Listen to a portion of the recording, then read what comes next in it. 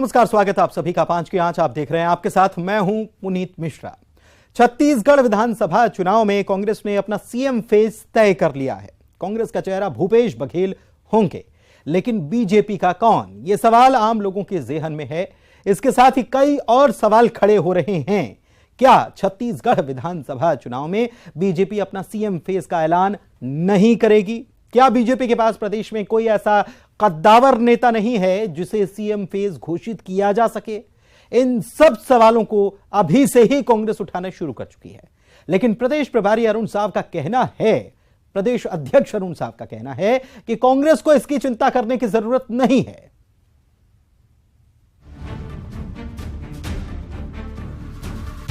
छत्तीसगढ़ विधानसभा चुनाव में CM fail को लेकर कांग्रेस ने अपना पत्ता खोल दिया है। कांग्रेस 2023 में होने वाले विधानसभा चुनाव में मुख्यमंत्री भूपेश बघेल के चेहरे पर ही लड़ेगी। ये बात कैबिनेट मंत्री अमरजीत भगत ने बीजेपी प्रदेश प्रभारी ओम माथुर के छत्तीसगढ़ में बीजेपी में चुनाव लड़ने के लिए चेहरा तय नहीं होने पर कही। मंत्री अमरजीत भगत ने मीडिया से चर्चा में कहा कि बीजेपी में क्राइसिस है, जिसकी वजह से किसी का नाम नहीं तय हो पा रहा। ये मैं बोल तो रहा हूँ कि हमारा पार्टी घोषित कर दिया है कि हमारा अगला मुख्यमंत्री भूपेश बघेल ही हो। ये लोग घोषित नहीं कर पा रहे हैं, तो ये इनका पॉलिटिक्स में, राजनीति में क्राइसिस है। वहीं राजनांदगांव में बीजेपी प्रदेश पदाधिकारियों की अहम बैठक हुई। इस बैठक में प्रदेश प्रभारी ओम माथुर, सह प्रभारी नितिन नवीन, बीजेपी अध्यक्ष अरुण साव, पूर्व मुख्यमंत्री डॉक्टर रमन सिंह सहित पार्टी के सभी बड़े नेता शामिल हुए। इस बैठक में मिशन 2023 को लेकर चर्चा हुई, लेकिन इस बैठक में बीजेपी के मुख्यमंत्री चेहरे को लेकर कोई खुलासा नहीं करने पर कांग्रेस ने सवाल उठाया, जिसके बाद जवाब में बीजेपी के प्रदेश अध्यक्ष अरुण साव ने कहा, पार्टी तय करेगी कि हमारे यहाँ मुख्यमंत्री कौन होगा, किसी को चिंता करने की जरूरत नहीं है। देखिए, मैं आपसे कह सकता हूं कि मुख्यमंत्री कौन होगा चुनाव के परिणाम के बाद तुरंत तय हो जाएगा। उसकी चिंता करने की किसी को जरूरत नहीं। छत्तीसगढ़ विधानसभा चुनाव को लेकर अभी से ही सियासी बरसात बिछ रही है। कांग्रेस 2023 में होने वाले विधानसभा चुनाव में मुख्यमंत्री भूपेश बघेल के चेहरे पर ही लड़ेगी, लेकिन बीजेपी की ओर से अभी तक सीएम फेस सामने नहीं आने पर कांग्रेस ने सवाल उठाए हैं। Bureau report, news 18। और आइए इसी मुद्दे पर करते हैं चर्चा। हमारे साथ दो खास मेहमान जुड़े हुए हैं, दोनों का कर लेते हैं स्वागत। श्रीचंद सुंदरानी, पूर्व विधायक बीजेपी के, हमारे साथ जुड़े हुए हैं। सुंदरानी साहब, बहुत स्वागत आपका। साथ ही में जुड़े हैं कांग्रेस की तरफ से अजय गंगवानी जी। अजय जी, आपका भी बहुत बहुत स्वागत है। सबसे पहले सुंदरानी साहब, कौन रहने वाला है सीएम फेस आप लोगों की तरफ से, बीजेपी की तरफ से? कांग्रेस ने अपना बता दिया। देखिए मिश्रा जी, ये कांग्रेस अनावश्यक मुद्दे उठा रही है। इनके पास कोई मुद्दे बचे नहीं, क्योंकि इन्होंने छत्तीसगढ़ की जनता की आंखों में झूल झोंकने का काम किया है। इन्होंने 36 वादे किए थे, 36 वादे में कोई वादा इन्होंने पूरा नहीं किया। लगातार जनता को गुमराह कर रहे हैं। भारतीय जनता पार्टी का नेता कौन होगा, इसकी चिंता कांग्रेस पार्टी को क्यों हो रही है?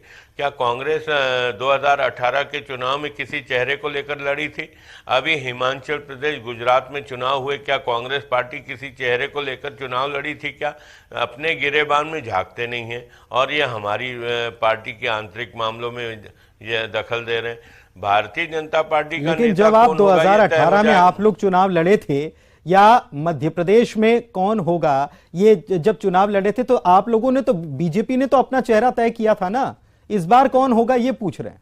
आदरणीय मिश्रा जी, उस वक्त स्वाभाविक चेहरे थे, दोनों मुख्यमंत्री थे प्रदेश के। छत्तीसगढ़ में डॉक्टर रमन सिंह जी मुख्यमंत्री थे, लगातार 3 बार के मुख्यमंत्री थे, और शिवराज जी मध्य प्रदेश में मुख्यमंत्री थे। वो स्वाभाविक चेहरा थे। कोई पार्टी ने अधिकृत रूप से चेहरा तो मुख्यमंत्री रहते हुए चेहरा थे।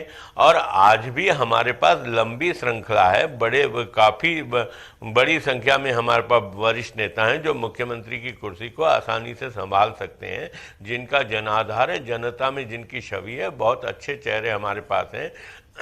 मतलब जो विपक्ष में रहता है, आपने ये एक प्रकार से कह रहे हैं कि जो विपक्ष में रहता है वो अमूमन फेज तय नहीं करता, फिर जब सरकार बन जाएगी। देखिए 2003 में भी हम चुनाव लड़े, सामूहिक नेतृत्व पे चुनाव लड़े, केंद्रीय नेतृत्व के आधार पे चुनाव लड़े, और 2003 में डॉक्टर रमन सिंह जी मुख्यमंत्री बने।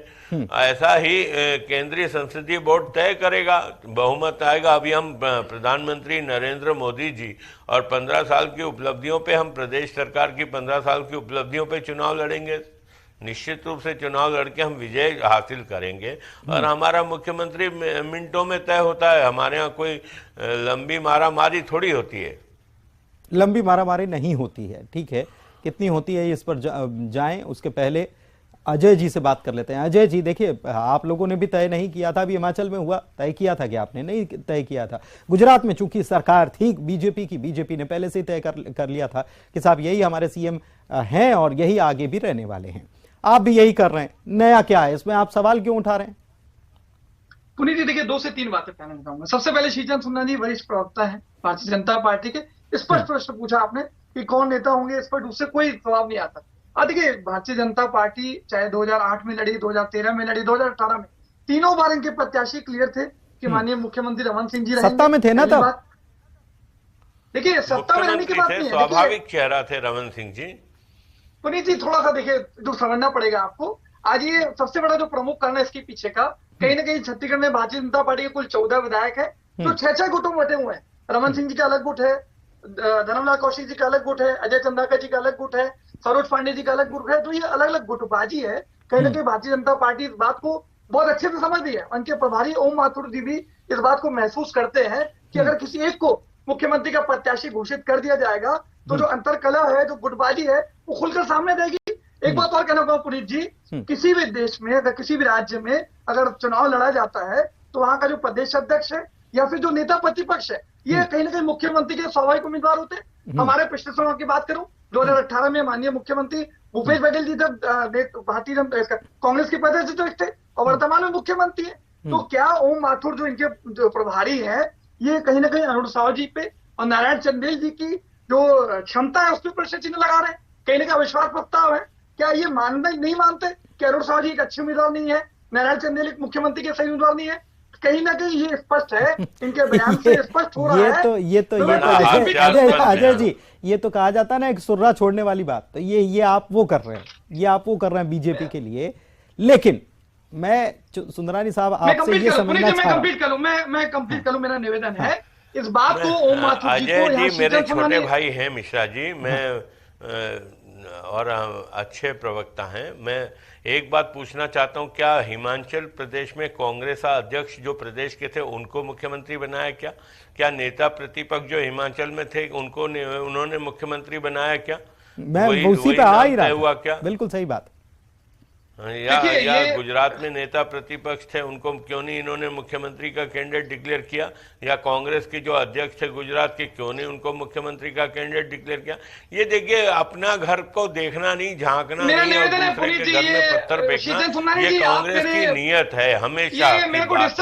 अरे हमारे पास लंबी सूची है। और मैं दूसरी बात पूछना चाहता हूँ, 2018 में बाबा TS बाबा नेता प्रतिपक्ष थे और 2 बार के नेता प्रतिपक्ष थे, क्यों उनको नहीं मुख्यमंत्री बनाया इन्होंने? नहीं तो वो पूछेंगे ना, सुंदरानी साहब वो भी पूछेंगे, लेकिन सुंदरानी साहब उसके पहले 2.5 साल का कमिटमेंट था, 2.5 साल का लिखित कमिटमेंट था। अरे लिखित कमिटमेंट था तो ये बीजेपी को कहां से पता चल गया? नहीं, बीजेपी को पता कहां से? मेरा निवेदन है, नहीं तो सार्वजनिक सर्वविदित है ये प्रोटोकॉल को न तोड़े, इस प्रकार से न करें यार। मेरा निवेदन है, वरिष्ठ प्रवक्ता है, इस प्रकार की वो न करें।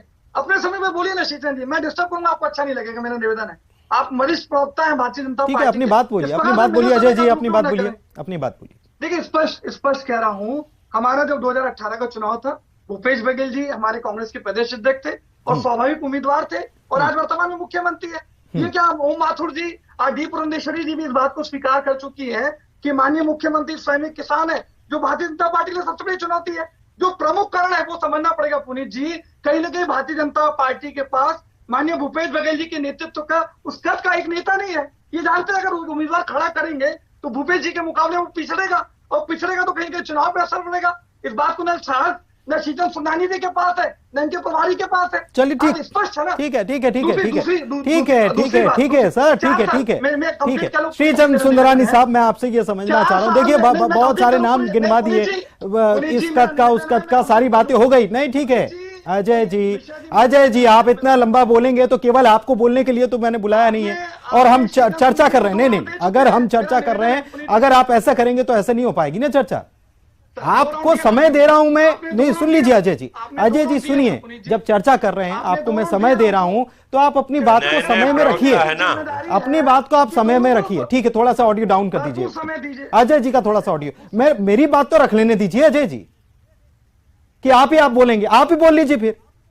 फिर श्रीचंद सुंदरानी साहब भी नहीं बोलेंगे, मैं भी नहीं बोलता हूं, आप बोल लीजिए।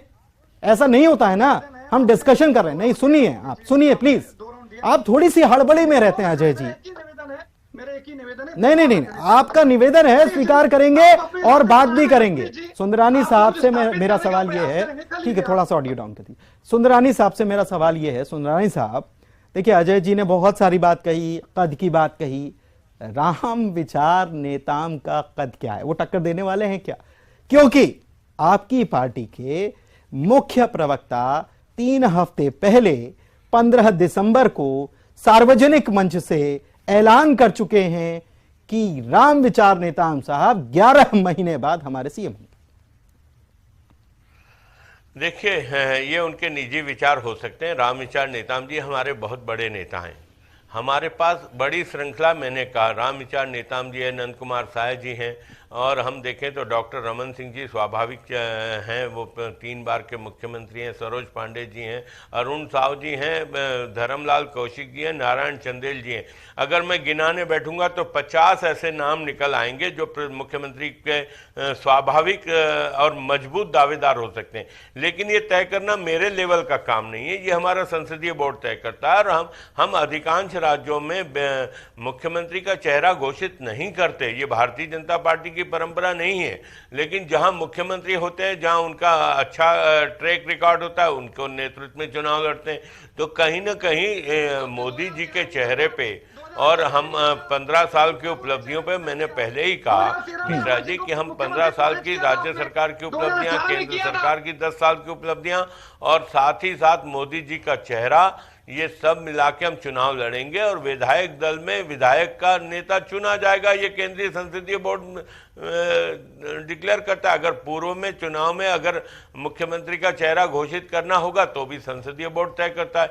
ये मेरे और अजय जी थोड़ी तय करेंगे, या भारतीय जनता पार्टी की या छत्तीसगढ़ इकाई थोड़ी नेता तय करेगी, केंद्रीय संसदीय बोर्ड का। लेकिन मुकाबला किससे है आपका भाई? चेहरा तो सामने रख दिया ना कांग्रेस ने अपना। कांग्रेस का चेहरा कोई भी हो, हमारा मुकाबला कांग्रेस पार्टी से है, भूपेश बघेल से है, टीएस सिंहदेव बाबा से, जो भी कांग्रेस के अधिकृत होंगे उनसे मुकाबला करेंगे। और निश्चित रूप से इस बार कांग्रेस को हम पराजित करेंगे। ये तो एक्सीडेंटल सरकार है, इन्होंने 36 वादे लोक लुभावने वादे करके जनता की आंखों में नहीं। एक बात सुंदरानी साहब बड़ी मजेदार है, एक बात बड़ी मजेदार है। अभी देखिए हिमाचल के नतीजे आए, तब वहां पर भी बीजेपी कह रही है कि ये एक्सीडेंटल सरकार है। बड़े एक्सीडेंट, जब आपके साथ हो जाए तो एक्सीडेंटल सरकार है, ये बड़ा अजीब है। आप बताइए, 65+ का नारा आपने दिया था, पूरा कांग्रेस ने कर लिया, और आप एक्सीडेंटल सरकार बोलते हैं। ये बड़ी हंसी आती है सुनकर सर। समय दीजिए मिश्रा जी, ये एक अवसर दिया जनता ने कांग्रेस को, 15 साल की हमारी सरकार थी, एक मौका दिया है। और वो एक्सीडेंटल इसलिए कह रहा हूं कि इन्होंने 36 वादे करके, लोक लुभावने वादे करके जनता की आंखों में धूल झोंका है। जनता अब इस सरकार से मुक्ति चाहती है। ठीक है, इस सरकार से गंगवानी साहब मतलब कांग्रेस के खेमे में जो झगड़ा चल रहा था वो सुलझ गया, 2.5 साल वाला हिसाब नहीं है। टीएस बाबा तो पहले ही कह चुके हैं कि भाई कार्यकर्ता तय करेंगे, उनसे बात करूंगा, चुनाव लड़ूं ना लड़ूं क्या है भविष्य का फैसला। मतलब आपके अंदर कांग्रेस के भीतर झगड़ा नहीं है कि सीएम कौन होगा, अब कह दिया तो ये पार्टी का आधिकारिक रूप से बयान। कांग्रेस में खंड खंड में बटी कांग्रेस है, खंड खंड में बटी हुई कांग्रेस है। ये भारतीय जनता पार्टी में संभावना खोजते हैं, लेकिन भारतीय जनता पार्टी संगठित एक दल है। इनको शांत कर लीजिए पुनीत जी, ये मेरा समय है, मेरा निवेदन है आपसे। आप ही बोलिए श्रीचंद जी, मैं रख देता हूं। अगर आप ही बोलना चाह रहे हैं वन साइड चलाना आप लोग को डिबेट, तो रहने दीजिए, कोई दिक्कत नहीं है। ये अपने समय में बोलेंगे, मेरे समय में बोलेंगे, तो कोई मतलब ही नहीं है। आप दोनों बात कर लीजिए, मैं चले जाता हूँ डिबेट से। इस टाइप पे क्या डिबेट कर रहे हैं आप लोग? मेरा निवेदन है अजय जी, अब इतनी शांति हो गई, उसके बावजूद आप बात नहीं रख रहे हैं क्या? ठीक है, ये तो अरे मैं जैसे शुरू करता हूं, आप अपने जवाब दीजिए, जी, आप अपना जवाब। लगातार तो आप बोल रहे थे, लगातार आप बोल रहे थे। मैं तो फिर शुरू हो गया, ये शुरू हो गया यार। बुजुर्ग आदमी, इनको समझाइए पहले, इनको शांत कर लीजिए, ऑडियो डाउनलोड कर इनका डाउन करिए पहले। मेरा निवेदन है, 3 मिनट तक मुझे मत रोकिएगा। नहीं, ऐसा नहीं होगा, ऐसे नहीं होगा अजय जी, आप अपना समय ऐसे नहीं मांग सकते। नहीं, ये आप अगर ऐसे करेंगे तो नहीं हो पाएगा। सॉरी, देखिए, आपको मैं समय दे सकता हूं, आपको बोलने का समय बराबर दूंगा। 1 मिनट में आप अपनी बात रखिए। देखिए, कहीं ना कहीं छत्तीसगढ़ में भारतीय जनता पार्टी न केवल मुद्दाविहीन हो चुकी है, आज पूरी तरह से नेतृत्वहीन हो चुकी है। आज कहीं ना कहीं छत्तीसगढ़ में भारतीय जनता पार्टी बिना दूल्हे की बारात है। ये बारात तो लेके चलना चाहते हैं, लेकिन नेतृत्व निर्णय की स्थिति में नहीं है। ये इस बात को स्वीकार नहीं करेंगे। शीतल सोनाली चैनल पे आज 14 विधायक 6-6 गुटों बटे हुए हैं। आज जो सिर फटोवल है, जो अंतर कलह है, गुटबाजी है, वो खुलकर सामने आ जाएगी। आज कहीं ना कहीं कौन वादा खिलाफी करते रहा, 15 साल के कुशासन और 4 साल के कांग्रेस सुशासन, इसका जो अंतर है, ये कांग्रेस की सरकार का अंतर छत्तीसगढ़ की जनता महसूस करी है। 5 विधानसभा के उपचुनाव हारते हैं, 3 पंचायत के नगरीय निकाय चुनाव हारते हैं। सारे चुनाव हारने के बाद यहाँ शीतल सोनाली बड़ी बड़ी बातें करते हैं। नैतिक साहस तक है। आप 4 साल में 4 प्रदेश अध्यक्ष बदलते हैं, 4 प्रदेश प्रभारी बदलते हैं। नेता प्रतिपक्ष को कार्यकाल के पहले उसको हटा दिया जाता है। अरे हमको कांग्रेस को बेदखल। चलिए, 1 मिनट, बस। ठीक है, अजय जी ने अपनी बात पूरी करी। ठीक है अजय जी, बस इतना ही। जवाब लूंगा सुंदरानी साहब से। सुंदरानी साहब, 30 सेकंड आपके। जी, मिश्रा जी, भारतीय जनता पार्टी ने प्रदेश अध्यक्ष बदला, प्रभारी बदले, ये भारतीय जनता पार्टी का अंदरूनी मामला है। जहां तक हमको भूपेश बघेल जी की सरकार को हटाने के लिए जो परिवर्तन करने पड़ेंगे हम करेंगे, लेकिन 2023 में छत्तीसगढ़ से भूपेश बघेल सरकार से मुक्त करेंगे छत्तीसगढ़ को। चलिए, कुल मिलाकर आप ये मान रहे हैं कि परिवर्तन आपको करना पड़ रहे हैं भूपेश बघेल सरकार को हटाने के लिए, यानी कंपटीशन तगड़ा है। और इस तगड़े कंपटीशन का नतीजा क्या होगा, फैसला क्या होगा, ये जनता तय करने वाली है। इसलिए बीजेपी कांग्रेस अपनी बातें भले ही कह दे, कांग्रेस भले ही कह दे कि विपक्ष जो है मुद्दा विहीन है, लेकिन ऐसा होता नहीं है। चुनाव है, लोकतंत्र है, मुद्दे तो होते हैं, जनता समझती भी है। आप भले ही कुछ भी बोलते रहें, लेकिन जनता बहुत समझदार है, जनता समझदारी से चुनाव करेगी। बहुत शुक्रिया दोनों मेहमानों का चर्चा में शामिल होने के लिए। आज की डिबेट में था।